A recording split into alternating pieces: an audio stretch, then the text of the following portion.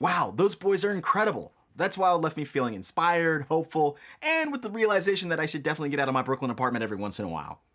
Here to help me go a little deeper are Derrick Johnson, President and CEO of the NAACP, Thank you. and Terrence Terrell, Emmy award-winning actor and author. Thank you for having us.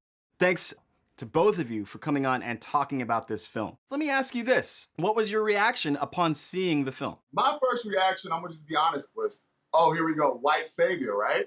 But as soon as this film started to go on and getting into more of it, I found out that Bill, who's doing this amazing thing with these kids, he literally went through similar situations that most of the kids that he's mentoring. Pain is colorless.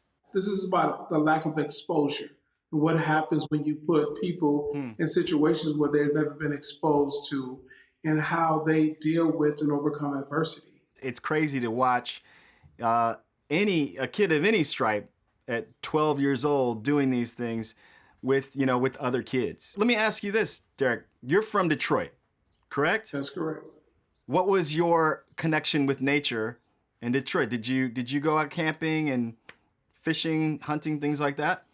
I can recall that first time. Kids in my neighborhood, it was a culture shock. Not only was it a culture shock because we were camping, it was a culture shock because it was several races there. It was black and white kids. And so when you mix in kids from different backgrounds, you find people start off zeroing in on what's different. But then over time, once they get to know each other, you begin to come together about what you have in common. Absolutely.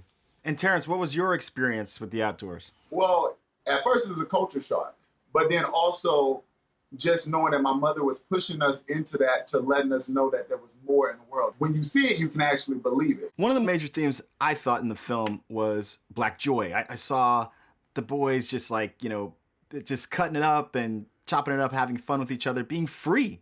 What significance do you think that plays, those images on screen? I think it's extremely important that you show them having fun, but also you project to other young adolescents who are watching to say it's okay to be happy. It's okay to play. It's okay to build relationships with your counterparts in a space where you can feel safe. It's a beautiful thing, and we should embrace it. I also think that what the film did, to its credit, was that it kind of showed a gallery of different characters of color. What was displayed to me was that Black people aren't a monolith. Did y'all feel the same way? I have a 15-year-old son. I understand the struggles he go through as an adolescent trying to find himself in the world. And so it was good to see this film and those young men in that setting where they can be adolescents and not be judged as adults, monsters, or criminals.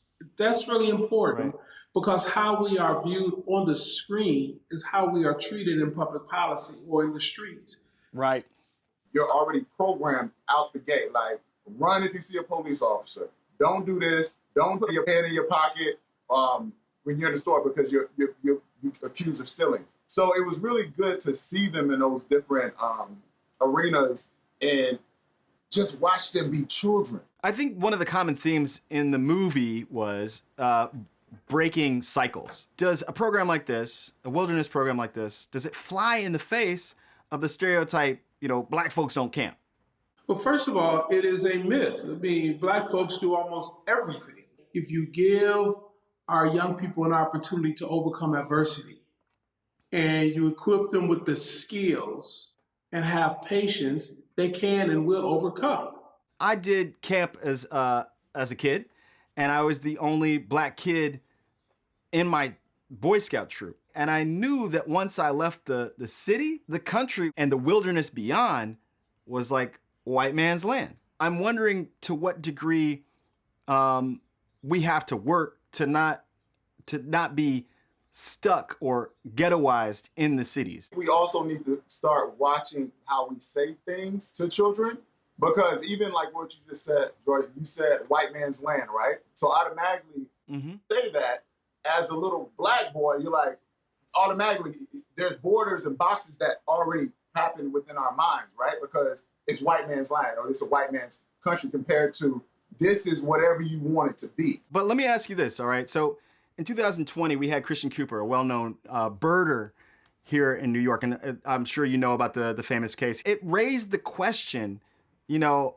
can black people be in the forest, in wilderness, even Central Park, without them being perceived as a threat?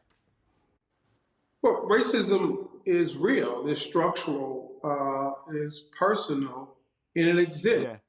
And so no matter where we are in this system of America, race is a factor that people take into account. Yes. You go out and you're automatically seen as a threat. So then we automatically start trying to compromise with that. Like not really using our voice with our base. We start talking high pitch just to make sure everyone around us isn't threatened. We don't want to rock in our presence because we're concerned if somebody's going to see us as a threat compared to just seeing us as a human. We shouldn't have to, you know, apologize for our presence. So moving forward, what do you feel could be positive steps to get more young people of color out into the forest, the wilderness, you know, to see the majesty of the country's interior, all that? We are locking in poverty in a way in which is based on geography. The question of refunding communities because we have overfunded law enforcement agencies and putting back in place the type of support becomes important. We can't keep talking about these situations and not doing anything about it. Representation, even now, I was the only Black series regular on my show. I know that I'm in that space to help other people like me get in that space. I'm really pushing representation because you have to see it to believe that you can do it. If you don't even know that it exists, you can't even dream it, right? So you have to see it to be able to do it and achieve it. Well, there you have it. Telling impactful stories and discussing ways to create access can help make the outdoors more equitable for kids and adults alike. And we can all be part of that conversation and change. Well, gentlemen, anytime you want to go out in the nature, I'm down for it. Thank you for your candidness and sitting down with us. Thank you. Thank you all. Come back next month for another great film and another honest conversation. Does anybody else want trail mix right now?